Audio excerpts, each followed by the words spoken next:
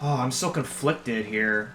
So, let's see. This Pokemon right here, I believe this Pokemon's going to turn into a grass and dark type when it evolves. This one right here, you might think because of the duck, it'll evolve into a water flying type, but it'll actually evolve into a water fighting.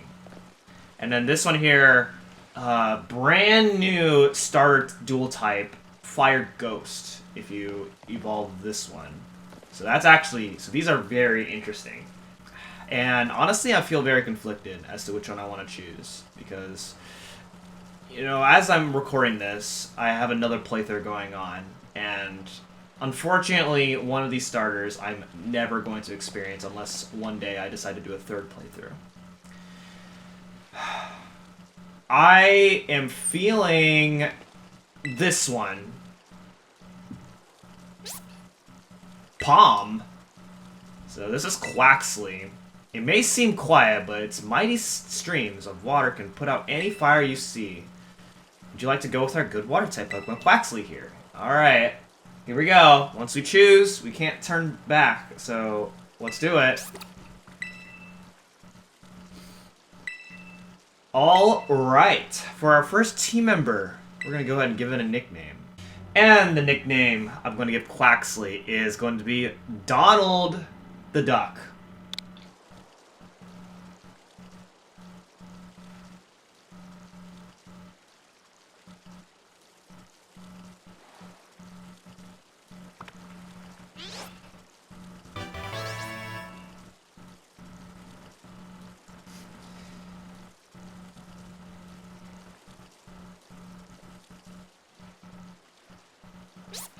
Quaxley seems to have taken quite a liking to you. This is your first Pokemon, yes? Please raise it with love and care. And of course, be sure to keep it tucked safely inside a Pokeball.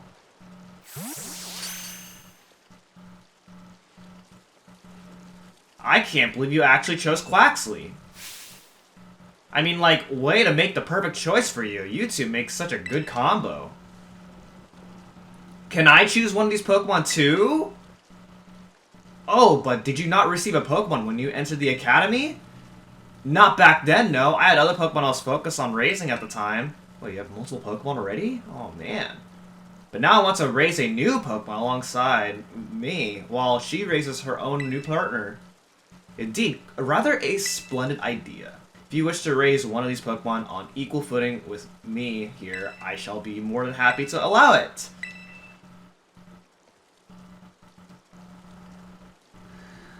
Alright, and so she is going to choose the Pokemon that that you're strong against.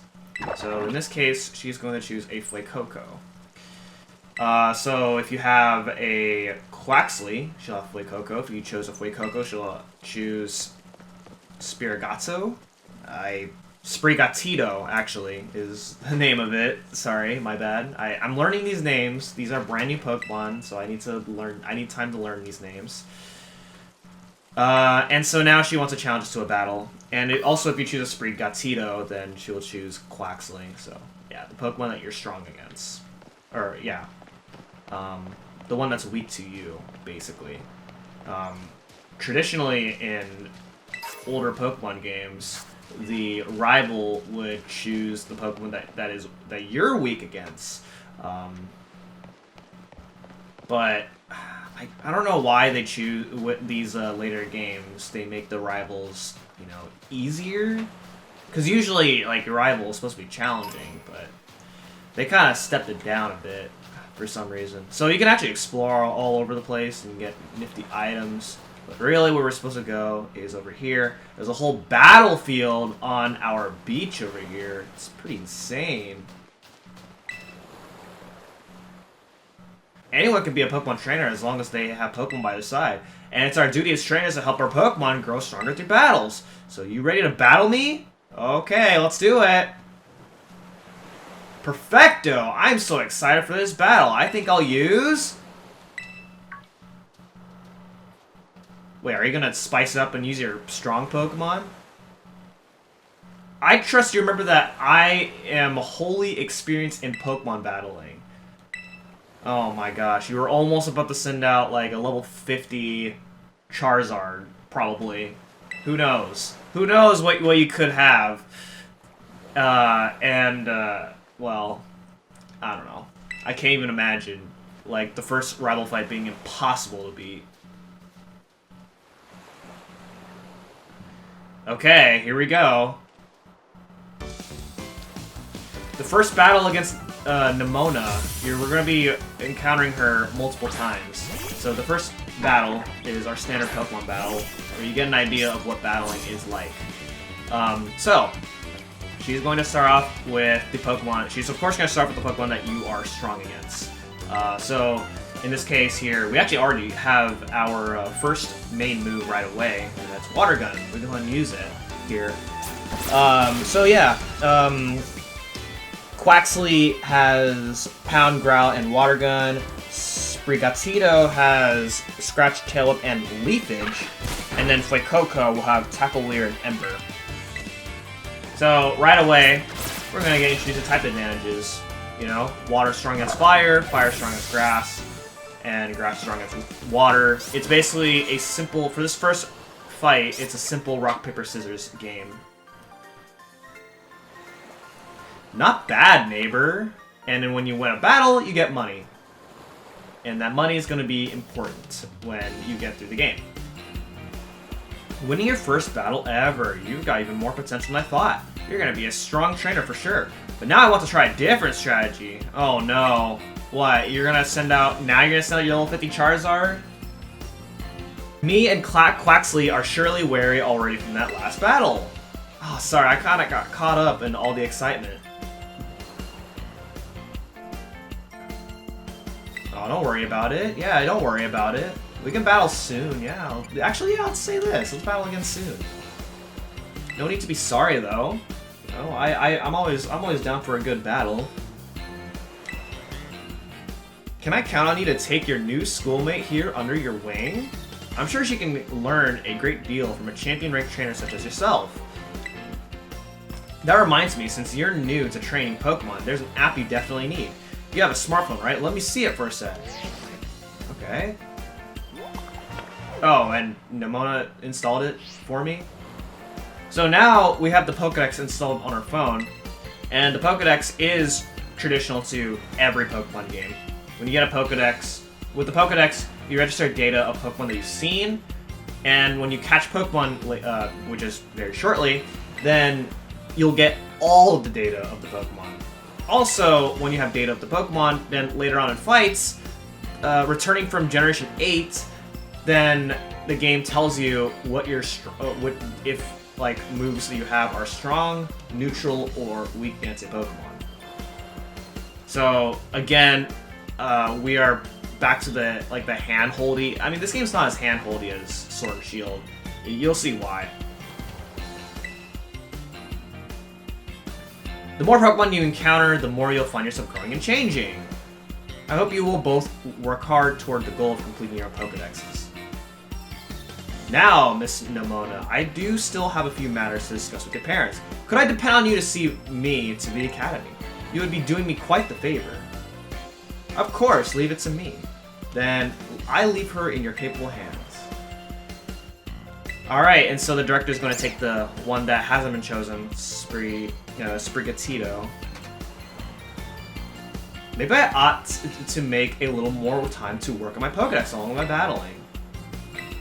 Speaking of Pokedexes, you probably never caught a wild Pokemon, right? I mean, I'm brand new, so I guess I must have had to not caught a wild Pokemon. So now, we are about to head over... Okay, yeah. So now we're about to follow Nemona, and pretty soon we're about to leave town.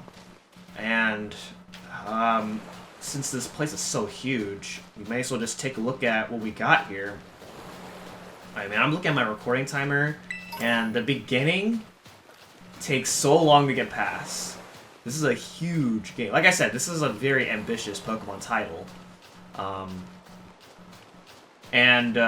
Right away, this first area of the game gives us an idea of what this game is going to be like. When you can explore around and you get items. You get tons of items, by the way.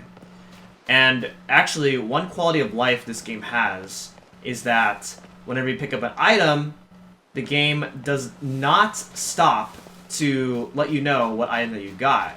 The pacing is actually really cool in that sense. So you can also go behind the back of Nemona's house, and as you can see right here, we get more items here. An antidote, a potion. There's just lots to see. Also in this game, you can fall off in this game, unlike in Sword and Shield. Another 3D Pokemon game, and well, when you get close to an edge, then it'll act like you just hit an invisible wall. But that's not so much the case here with this game. You're able to fall off in this game, and when you're about to fall off a high cliff, then the game stops you, of course. So it's not like the game does still follow the realism concept of exploring. Imagine playing Pokemon Go, but in a video game, and that's basically what's happening here. So I think we finished exploring, so we're gonna go ahead and head on out of Nemona's house. You could go inside Nemona's house, but all you really get is talking to Nemona's parents and also the director. I hear that Nemona here will be taking you to school. That's right, leave it to me. So you've already managed to make a friend. And I read about all the wonderful teachers you'll have looking after you at school. Plus so many facilities you can use as much as you like. Add in your new friend Nemona, and it sounds like your school life is shaping up to be fantastic. And it's already the first day and I haven't even started yet. So we are going to be staying in dorms. This is basically like a college. We are going to college right away. I don't even know how old we are in this game, and we're already going to a place that seems like a college. Or better yet, like a school that's kind of like Hope Speak Academy. So we get a sandwich, and in the previous game, the signature dish into raising your Pokemon are curry. In this game, it's sandwiches. Or, well, various food, basically. Just try to savor them all, the good times and the hard times, too. If you ever want to come back home, you know your bed is always ready for you. And we have the flying taxi to shortcut our way back home if we'd like. So is there like a time that we have to be at school before, we're considered late? The possibilities are endless in this game. I was gonna teach you how to catch wild Pokemon. And she's gonna say Vamos. Which again is another, it's a Spain term. There's two types of Spanish. There's Spanish that you learn in Spain, and then there's Spanish that is spoken in Mexico. And I have taken Spanish before, and the type of Spanish that I learned is Spanish that is traditionally spoken in Mexico. So these Spain terms are slightly foreign. When you take Spanish class, you kind of learn these in school, or at least when I took Spanish class. I only took like 2 years of Spanish, and I have kind of an idea. But I mean, this game's not being played in Spanish. The language is not going to be in Spanish. This is going to be an English playthrough. See, even around our own home area, you can explore all over these places. And I notice how I didn't get these items right away in the beginning. That's because we'd be walking if we were to find these. It's not as efficient, in my opinion. So we're gonna go ahead and make our way out. So let's go ahead and do that. So outside is this way. So as you can see, there's actually no transitions when you head to different areas. And that's part of the vastness of this game. So our first area here, outside of our home, is Poco Path. And as you can see, a huge quality of life is, you can see right away, that's much different than every other Pokemon game. Well, I guess with the exception of Let's Go Eevee and Pikachu. there are no random wall encounters in this game. Okay, she's gonna tell you how to catch Pokemon, but you're not going to get a tutorial on it, so you just kind of have to figure it out on your own. But that's fine. So we get 5 Pokeballs, but we actually start off with like a ton anyway in this game. So here's our first Pokemon that we can try and testing out our catching abilities. So here we go. So here we are on our first battle against a Lechonk. You can try to catch a wild Pokemon you are battling by throwing a Pokeball. And in order to increase your chance at catching a wild Pokemon, you want the Pokemon to be at least below half HP. I'm going to go ahead and start with a Pound. I believe Water Gun is stronger than Pound, so I'm going to go ahead and take a look at safe here. So it is about half or slightly below half. I can't really tell from that HP bar. So you can go to your bag, or you can, there's a shortcut to access your Pokeballs. We have 9. We're going to go ahead and throw a Pokeball. Hopefully we catch it. It is around the half point mark. I usually try to go a little bit lower than that, but we caught the Pokemon. So that's our first Pokemon caught. We got a Lechonk. And in this game, you get experience points for catching a Pokemon. And when you catch a Pokemon, you get data off of it. This Pokemon spurns all but the finest foods. Its body gives off an herb-like scent that bug Pokemon detests. You give a nickname to the Pokemon. I'm going to nickname the Pokemon that I'm going to be using, which means I'm not going to nickname this Pokemon, because I'm not going to use it. You really don't have much of a reason to use these Pokemon, or at least this one in particular. What do you have to say here? That was awesome. You caught the very first Pokemon you went for.